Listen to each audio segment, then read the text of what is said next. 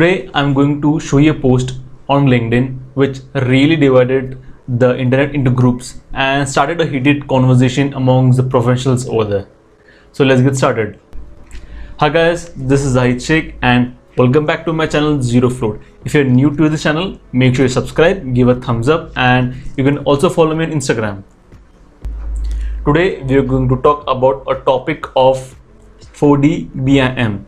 If you are hearing this topic for the first time, make sure you go on the internet and search about what is 3D, 4D, 5D, 6D BIM.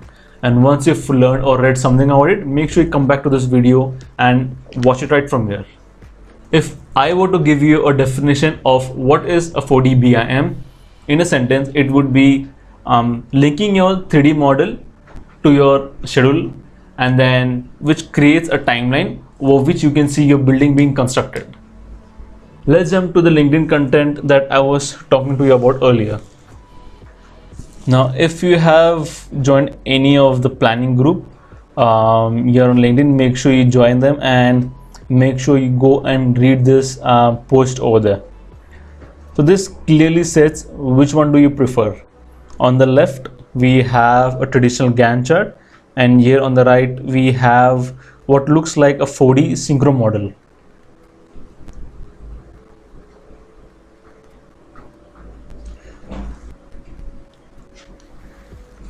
Let's start by talking about what is traditional Gantt chart. If you are a veteran engineer or even a fresher that is just coming out of college, you have probably heard, studied, or worked around a Gantt chart.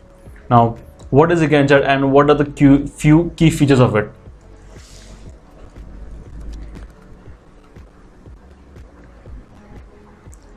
A Gantt chart is a horizontal bar that usually represents a project plan, and the few key features we can say is that it is a horizontal bar usually on the right side of the entire Gantt chart, where on the right you have the activity bar which spreads around few duration of weeks, in worst case if it is poorly planned a month, and then on that bar you have start and finish date written on it, even you have activity name mentioned on it, and that it represents by color maybe activity code, or if it is coming on critical or longest path. In some case you might even represent the task name over there.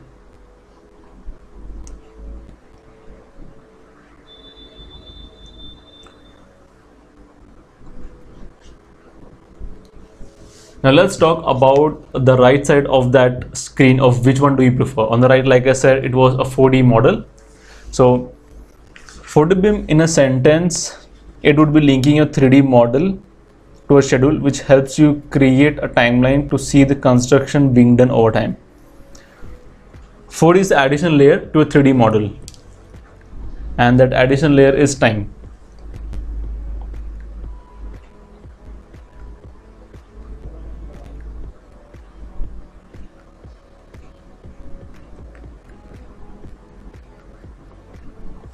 When I read the comment section, I was really surprised by the comments of the industry professionals over there.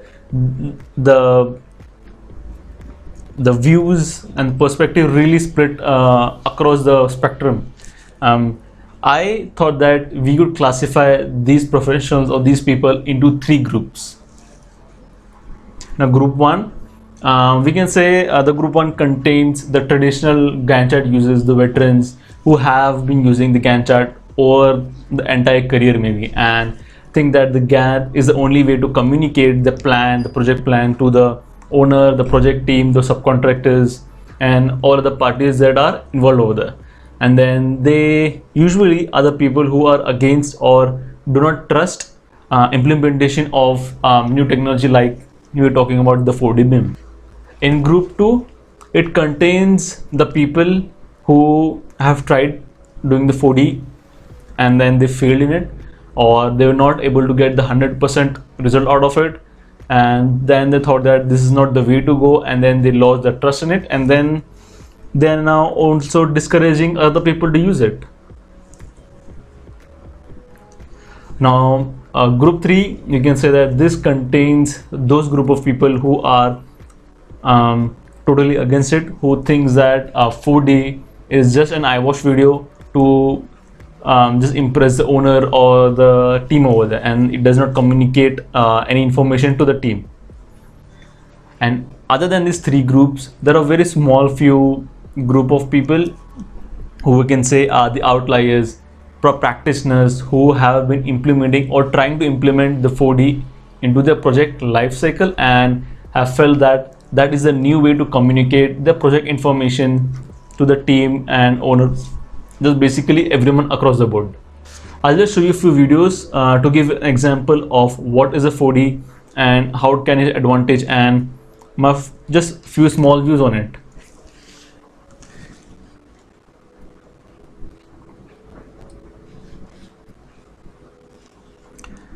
So I just searched for what is 4D construction animation, and then I just found two videos by this company called V5D. I just play around it through some random points and then just show you the advantage of it.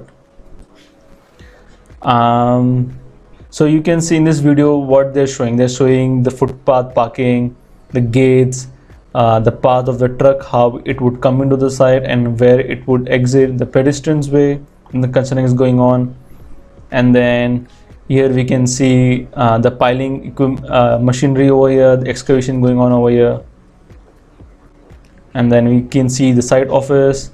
Now what interesting about the video at this particular point is that we can see the site office and we can see the tower crane that is being installed on the site.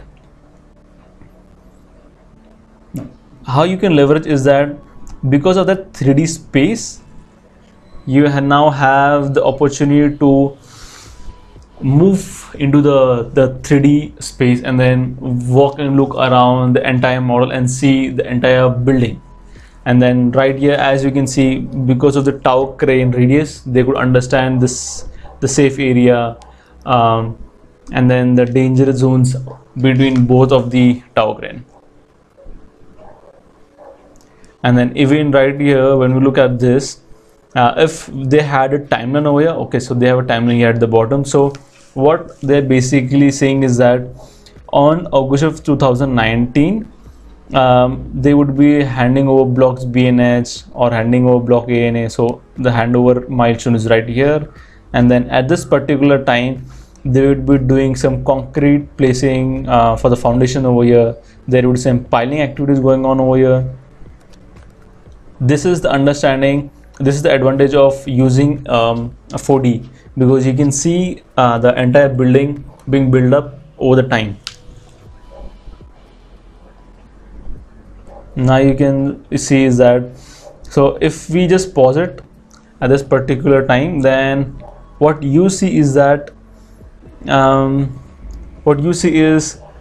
progress between two buildings. Now if this was just a Gantt chart, then it would be hard for someone who is not an engineer or who has not been using Gantt chart to understand the difference or the progress between two buildings. Now we can see the building on the left, it has a considerable progress done over there, and then building on the right, it is just under construction and it is at just a lower level.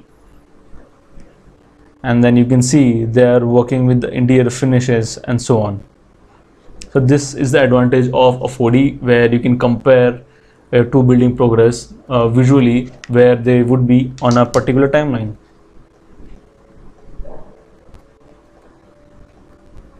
You can also see they have placed, they're placing their material, which is the exterior skin material here at the site, and then they are actually doing analysis of how would they lift the material from this particular location. So if we just go, yeah, so this is how they would show it. They're trying to understand if the material was here, would the crane reach out to that location and do the installation process. Similarly, if we take and look at another video, then what's the best part about this is that you can see the crane, where would the crane would be at that particular time, where would they need it, and then how many cranes they would require. Say maybe theoretically they said that they would just need one crane, but when they actually put the plan into a 3D and then made a 4D out of it, they could now visually see that they don't need one crane, but they actually need two cranes to complete their project on time. So right here you can see they are actually showing that where this crane is doing installation of this part of the project and this crane is doing installation of that part of the project. So this is the advantage of working in a 3D space or having a 4D, where you can see your project build up over the time, and if your project had different phases, then you could actually compare your building or your entire project based on the phase. So you could visually see if one of the phase was at this particular micelle at this particular time, where would the other phase would be, or if you needed your say your site office was placed at one particular location and then it has to be now moved because the phase 2 is now being constructed over there. Now you would have to move your office from one place to another. So in the time you could see what you need to do where, and you would have the advantage of flowing into a 3D space and see walking around what's coming where and what's going where.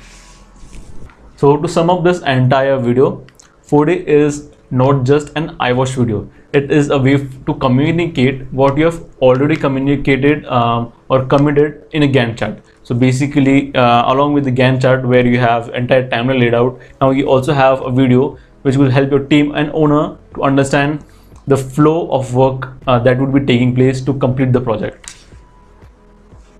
Now another important thing you need to learn and understand is that it's not 2D versus 4D or the Gantt chart versus the 4D. It's not which one is better. The conversation needs to be changed around how one complements the other and how information can be transferred between each other, because one is always incomplete without the other. So this was my 2 cents. Hope you guys enjoyed. Make sure you subscribe, and if you want to reach out to me, you can email me at contact0float@gmail.com. Follow me on Instagram and make sure you like, share and subscribe. Thank you for watching.